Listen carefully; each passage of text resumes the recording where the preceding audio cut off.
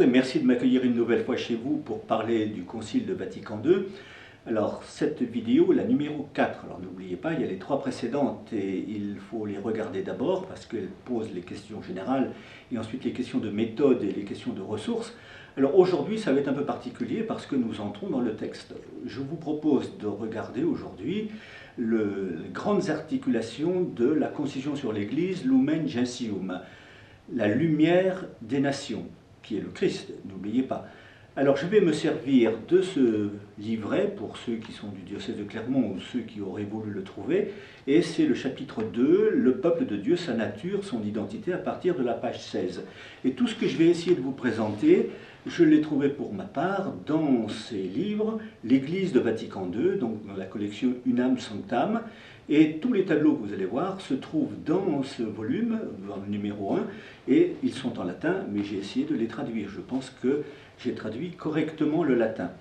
Alors n'oubliez pas, lorsqu'on parle de Lumen Gentium, la concision sur l'Église, l'Église est d'abord une expérience. Vous vous souvenez, cette belle image de l'assemblée du concile qui se réunit dans la basilique Saint-Pierre à Rome, et les pères ont fait cette expérience de l'Église qui vient de tous les horizons, l'Église dans sa liberté qui prend le temps de se présenter à tous ceux qui veulent bien s'intéresser à elle. Alors regardez bien, cette assemblée conciliaire est la première dans l'histoire qui se fait indépendamment de l'influence des États. Je m'expliquerai quand je parlerai de la liberté religieuse, mais c'est la première fois dans l'histoire que le concile se fait indépendamment de toute autre convocation. C'est l'Église qui se rassemble autour du successeur de Pierre pour dire ce qu'elle pense d'elle-même. Eh bien, regardez, nous allons commencer d'entrer dans les textes.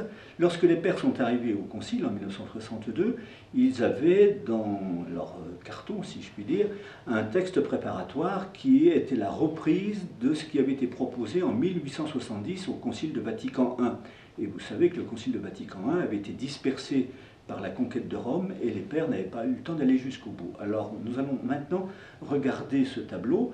Vous voyez la nature militante de l'Église, les membres de l'Église militante, ceux qui ont fait leur catéchisme à mon époque savent ce que ça veut dire, et la nécessité d'être membre de l'Église visible pour être sauvé. Et puis il y avait une question qui était en suspens, est-ce que l'épiscopat est une ordination ou est-ce que c'est simplement une autorité juridique qui est donnée le jour, comme on disait à l'époque, du sacre, ou est-ce que c'est véritablement une ordination? Est-ce que l'épiscopat peut être considéré comme un sacrement, au même titre que le diaconat, le ministère sacerdotal et donc l'épiscopat.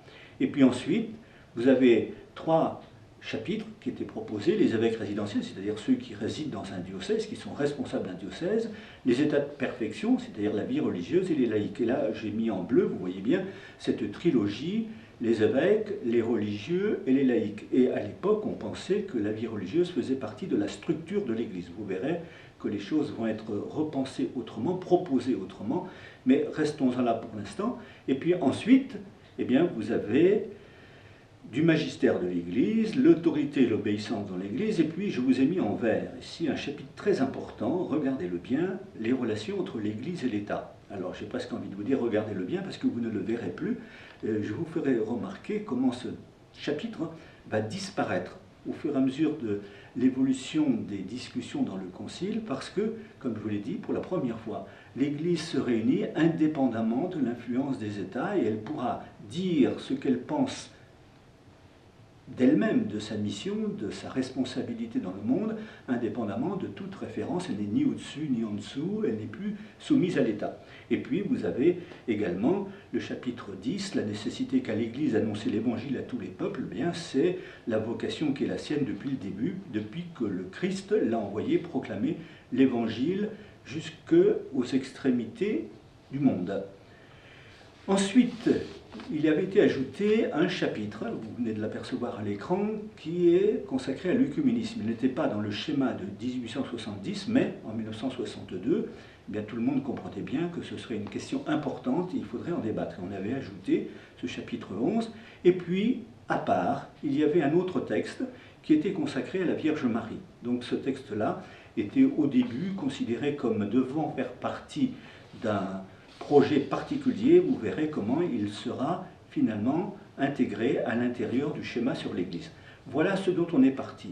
Et très tôt, alors dès qu'il y a eu discussion dans le concile, eh bien, le cardinal Montini, qui était archevêque de Milan à l'époque, le futur Paul VI, et il n'est pas le seul, il n'est pas le premier dans la discussion, mais sa voix a été importante. Il a dit, voilà, ce schéma n'est pas bon parce qu'il est trop juridique, il s'intéresse à l'Église pour elle-même, et il ne présente pas ce que l'Église doit d'abord dire, qui est le mystère du Christ. Donc l'Église n'est pas à son propre service, elle est là pour être témoin de la résurrection du Seigneur. Donc, à partir de cette discussion, les pères ont décidé de renvoyer ce schéma pour que les experts en préparent un autre. Et entre les deux sessions, il y a eu plusieurs schémas qui ont été proposés. Et finalement, celui qui a été retenu pour la discussion dans la deuxième session, c'est un texte proposé par Monseigneur Philippe, un théologien belge.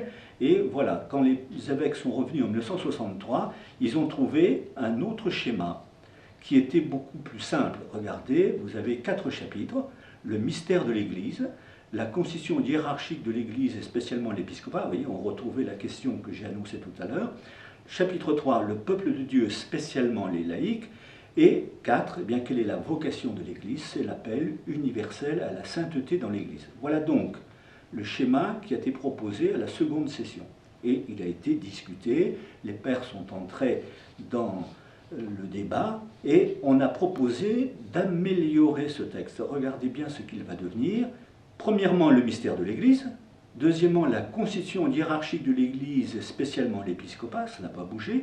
Mais regardez bien, j'ai mis en rouge, le peuple de Dieu, spécialement les laïcs. Et là, on va diviser ce chapitre-là, en prendre la première partie pour faire glisser ce qui est dit sur le peuple de Dieu. Vous voyez sur la droite, en chapitre 2 pour compléter le chapitre 1 sur le mystère de l'Église. Je m'expliquerai sur l'équilibre qu'il y a entre le chapitre 1 et le chapitre 2, mais voyez bien, notez bien, le peuple de Dieu qui était là, il est passé du côté du mystère de l'Église.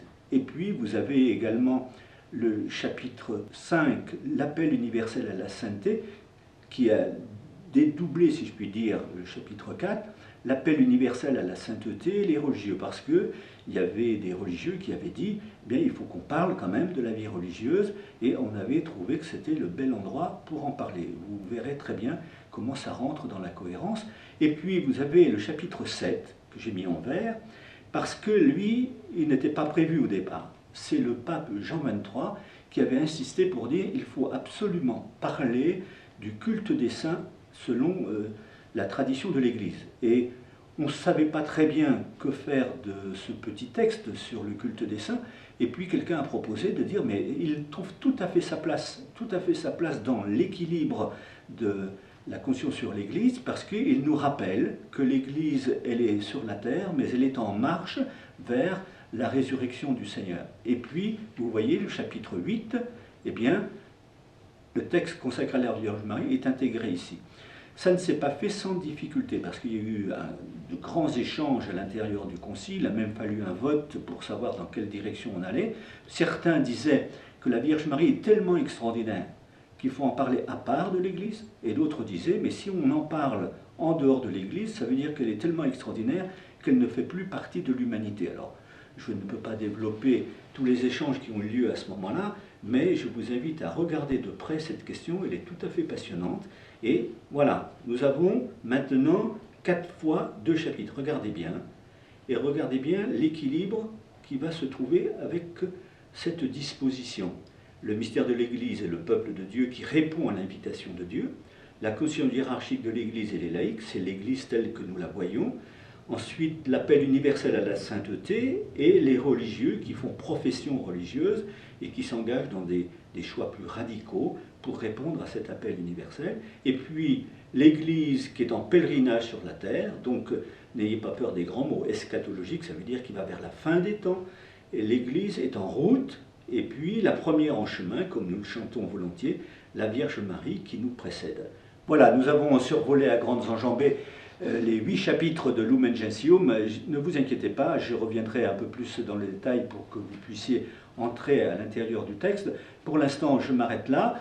Alors, vous voyez, eh bien, il faut d'abord surtout se souvenir que l'Église est un peuple vivant, comme nous le voyons ici à l'abbatiale d'Issoire, ou comme nous le vivons aussi à Orcival, nous sommes en route, en pèlerinage, Marie est avec nous, elle est la première en chemin, comme nous chantons, et dans son Assomption, elle nous attend.